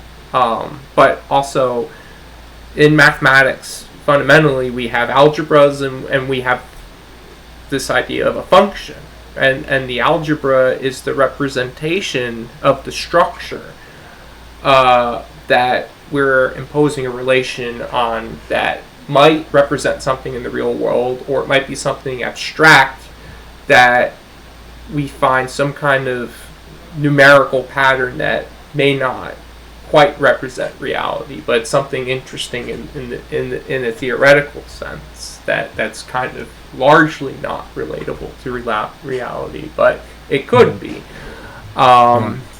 And then the function, of course, is like, okay, we have some behavior, we have some unraveling of the representation. So there's that aspect as well. But in terms of how I envision duality as opposed to non-duality, duality for me, I suppose, relates to your understanding of the subject as opposed to object, or this separation of the self as opposed to the other or others, environments per se. So I guess it's really like this distinction of identifying myself as opposed to the world or the universe, right? Where everything else is like kind of like contained within the universe that is the other. So in that respect, that's how I make sense of what duality means, which makes sense. And then this idea of non-duality, I feel like, has to do with how we relate to the world in a way that extends beyond just ourselves and what distinguishing ourselves from environment, that like how we connect, like, so the essence of non-duality to me is the connectedness. Like, how do we relate to the environment, and in a sense that motivates how we optimize agency among each other, and then recognize that has some resulting impact on our environment as well. So non-duality seems to motivate the sense of what you bring about as, I guess, in a sense, oneness. But the way I look at oneness, I guess, connects to non-duality in the sense of thinking optimistically that we consider I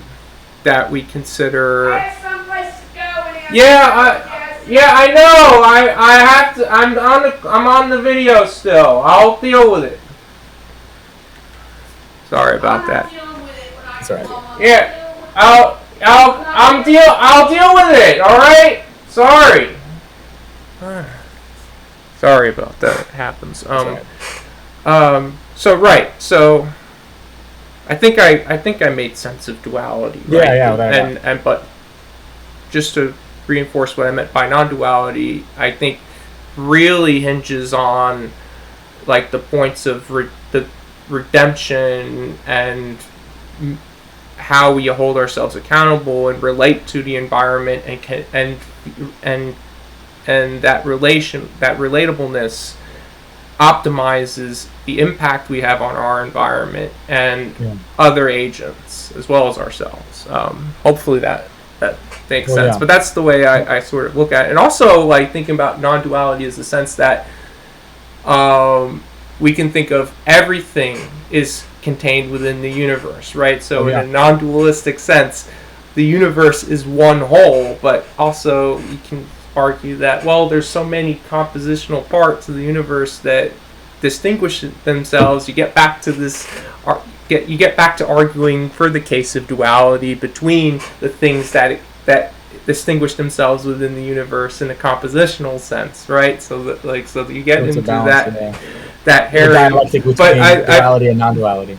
Right, but it seems to me that non-duality is more of like a moral relativism standpoint, I would say. Like this stance on non-duality really is like how we connect to the world in a way that optimizes our agency and each other. So it's not, I wouldn't say it's wrong in that sense, but like when we think about, okay, what's actually happening in the universe and the world around us, like we're seeing these dual spaces, which not necessarily is duality in that sense, but like dual spaces relate to duality in terms of making sense of them. But anyway, I like the dual spaces. I need to do some more research on it. But I'm not so sure that non-duality has a focus on optimization. It seems to me that non-duality has a focus fully on just acceptance as it is. So acceptance in terms of coming to terms and like in terms of like points of humility and humbleness. Right, and it's like we accept even the suffering, right? even like so the duality would say that, oh, well, in order to optimize, something must be wrong. And so we made a categorical claim about something. And then we have to act in a certain way and not in another way to make sure that we can optimize. But the non-dualist perspective say, well, no, that, to even say that there is a right way or a wrong way is to fall into the trap of duality and the attachment and everything else. And that is, I think, and that's the thing, this is why I think there is a very big lacuna that exists in synthesizing, maybe Eastern non-dualistic thinking with Western dualistic thinking. I think that there exists a lot that can be understood in terms of relation with, Jesus and Buddha. Many people, many Buddhists actually, that they accept Jesus as a sage, right? And there are many sages, especially in different schools, but Jesus is one of those sages. And, you have like I think it's the Baha'i faith, and you have some more universalist faiths. They have Muhammad, they have Jesus, they have Moses, they have all these even Western figures as sages. And the idea is that they actually hearken onto these fundamental truths of non-duality, right? And there is an argument to be made about how Jesus presents that, right? And acceptance of reality as it is. It's right. I mean, even in the Bible, it says things like, and this is true in Islam as well. It's like, it's not as if, Jesus says, before I come again, do not expect life to be peaceful and happy. There will be wars, there will be things, there will be suffering, there will be tragedy. And the idea is not that, the world has to be made perfect. It's more a message to the individual and the way that they interact with the world. And then this is one last thing I wanted to say, or I wanted to ask you, what do you think about this idea that consciousness is a progression between two ends of non-duality? I've actually had this argument with a friend of mine before, like a year ago. I'm like remembering it now. We had, but yeah. That's an interesting point and I guess a closing point. I did want to ask about the case against, like making a case against the Abrahamic religions being true, but I think we talked a lot about truth that implicitly, implicitly delineates that, but we can have an extended conversation next time. I did make a video on my point of view on consciousness, thinking about embodied cognition and just how we engage, how we just phenomenally are engaging with the world around us, perceiving and acting and anticipating. So my stance on consciousness would align with how we as agents, and not just humans, but any living organism, phenomenally engages with the world around them. Like I am of the point of view that that's consciousness, but I think maybe conscientiousness more aligns with how we conduct ourselves, right? Is that what you were getting at, like in terms of like how we conduct ourselves and are aware of our actions? Well, another thing too is I guess like another thing I'm trying to get to there is that let's look at the sort of pre-state of consciousness, like for an organism, or for a very, very, very low level of. I think that exists. Perhaps maybe I'm wrong here. I think perhaps that exists in a non-dual way, where the organism is merely, acting and accepting reality as is, and then in the development of greater levels of cognition, there's a distinction made between subject and object, self and everything else, right? The idea of the development of awareness in the Adam and Eve story. And then perhaps on the end of the spectrum, it's a return to this oneness. But now with the lessons learned of existence and lessons learned of self-awareness. And the return to oneness is this idea of the subject-object distinction that has led to conflict and has led to all these other things, now is reconciled, right? But I think that's a pantheistic perspective as well. But, like I said, I think there's a lot of work that can be done in synthesizing this view in a Western way. I really do. Right? Because if we look at maybe the altruism of the monotheistic faiths, particularly with Christianity, the idea is that we want to in many ways even erase the self, right? And live in service of the other, and not fully erase the self, but maybe minimize the ego as much as possible. And if we live in that way truly, right? Because, Jesus says too, he says, the kingdom of God is among you, he says, right? It is not here nor there, it is among you. What does that mean, right? What does that mean? And so we can sort of the kingdom of God as a form of, or as a state of conscious being, as a manner of reacting and interacting with the world. And perhaps there's something to be said about this idea of oneness in line with that, and as a distinguishment of the duality between subject and object, or I and other, me and them. Yes, yeah. Regarding like preconscious, what I would say preconscious is yeah, that's an interesting one, because like thinking about if I do feel like I do feel pretty strong about my point of view about consciousness being the experiencing of sensations and making sense of those sensations and acting on those sensations. I feel pretty strongly about that, and yeah. I could see where the panpsychist argument is coming from. I'm not, I think maybe I haven't made it explicit that I'm not panpsychist. I don't think that the universe is conscious. I think that conscious experience, what it requires is for, and maybe this has to do with just the right molecular states interacting with each other that gives way to life, and then you have living organisms that are engaging with each other in a way that exhibits degrees of consciousness. So I would say, in a sense, preconscious states are, okay, if I have an assembly of molecules that may potentially give rise to a conscious experience, like that's the way I think of preconscious. But and I could see where people buy into the pantheist and panpsychist point of view, but like to me that point doesn't make sense, and maybe that's my background, and just my point of view. And not to say that I look down on people that have that point of view. I just don't.